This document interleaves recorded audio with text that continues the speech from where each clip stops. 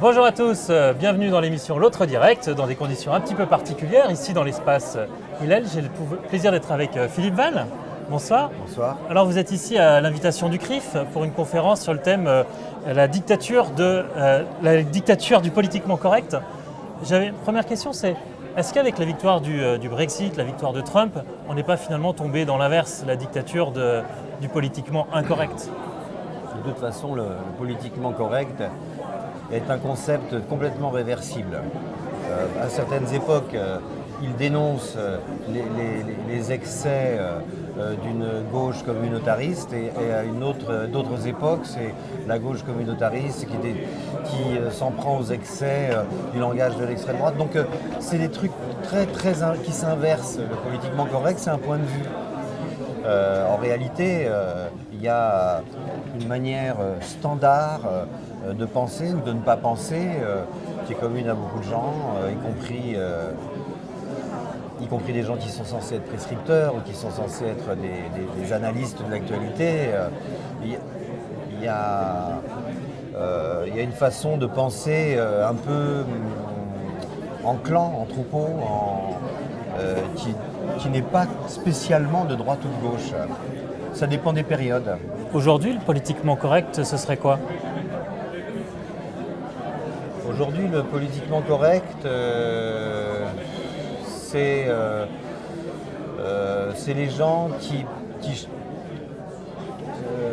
surfent sur des concepts comme l'islamophobie. C'est plutôt ça aujourd'hui, donc le politiquement correct. On en revient à la thématique de l'islam. C'est vraiment là-dessus que vous pensez qu'il y a une dictature de la pensée aujourd'hui ? Alors il y en a en économie, évidemment, il y en a, mais beaucoup pour ce qui concerne quelque chose qui touche les gens au plus près dans leur chair, parce qu'il y a eu beaucoup de morts avec les attentats, il y a une vraie menace de dislocation sociale, donc c'est là que ça s'exerce aujourd'hui. Ouais. On a le sentiment autour de la radicalisation en islam. Ouais. Est-ce que vous n'avez pas le sentiment qu'aujourd'hui, ce qui est bien vu aussi, c'est d'être politiquement incorrect, d'être anti-système même ? On disait, quand la présidentielle, il y a 11 candidats anti-système, on n'en a jamais vu autant. C'est ça, voilà. Oui. Il y a ça aussi, effectivement. Il y a une espèce de façon d'être rebelle par des gens très étonnants, parce que par exemple, on voit des gens qui sont des personnalités politiques ou intellectuelles ou journalistiques qui sont quand même de la grande bourgeoisie et qui ont un discours très radical pour soutenir les zadistes de Notre-Dame-des-Landes. Voilà, il y a une posture extrémiste dans certaines rédactions de journaux plutôt sérieux et bien pensants. Si on fait des élections bulletin secret pour savoir qui vote pour qui, on est étonné de voir la radicalité qui en sort. Par exemple, une majorité de trotskistes, une majorité dans des journaux qui ne sont pas censés l'être du tout. Ça existe, ça aussi. Parce que c'est une posture assez bien portée depuis longtemps. D'ailleurs, je vais en parler tout à l'heure dans la conférence. Voilà, c'est une forme de démagogie, quoi. Et puis rester jeune. Quand on parle de politiquement correct, c'est vrai qu'on accuse facilement les rédactions. Vous en avez dirigé 2. Charlie Hebdo, France Inter. Est-ce que ces 2 rédactions succombent aussi au politiquement correct ?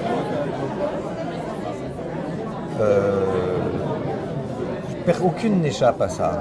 C'est une bagarre continuelle pour ne pas l'être, pour penser librement. C'est jamais acquis de penser librement. Ça demande toujours beaucoup de courage quand on est journaliste et quand on est dans une rédaction, et d'avoir un point de vue différent, c'est toujours assez violent. C'est très difficile, ça demande beaucoup de courage parce que c'est une communauté, une rédaction. Et les rédactions sont cruelles avec les gens qui n'adhèrent pas à la pensée de l'ensemble. Vous avez dû l'éprouver, enfin ça arrive forcément à beaucoup de gens. Je pense que l'enjeu, c'est ça, c'est de penser librement, mais penser librement, ça demande peut-être une réflexion sur soi, de la culture, quelque chose, une construction de soi. c'est pas ce qui est le plus communément demandé aux gens quand ils sont embauchés ou quand ils font leurs études. Voilà. On a sombré aussi dans une espèce de facilité à faire en sorte qu'on n'ait pas de problème, que les gens pensent un peu confortablement, qu'il y ait quelque chose de grégaire. C'est rassurant. Quand on est par exemple dans une rédaction et qu'on est en porte-à-faux avec la rédaction sur des événements importants, je sais pas moi, par exemple le conflit israélo-palestinien,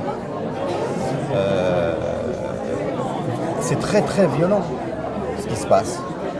Et les débats dans les rédactions peuvent être aussi assez violents. Oui, ils sont violents et puis ça se paye. C'est pas simplement pendant le débat, c'est après. Les gens peuvent être ostracisés, on s'en méfie. Ils sont marginalisés. Enfin, voilà, c'est animal presque. Philippe Val, je vous remercie, puis je vous souhaite une bonne conférence, et puis moi je vous dis à bientôt. Merci, pour une nouvelle émission de l'Autre Direct. Ce n'est pas si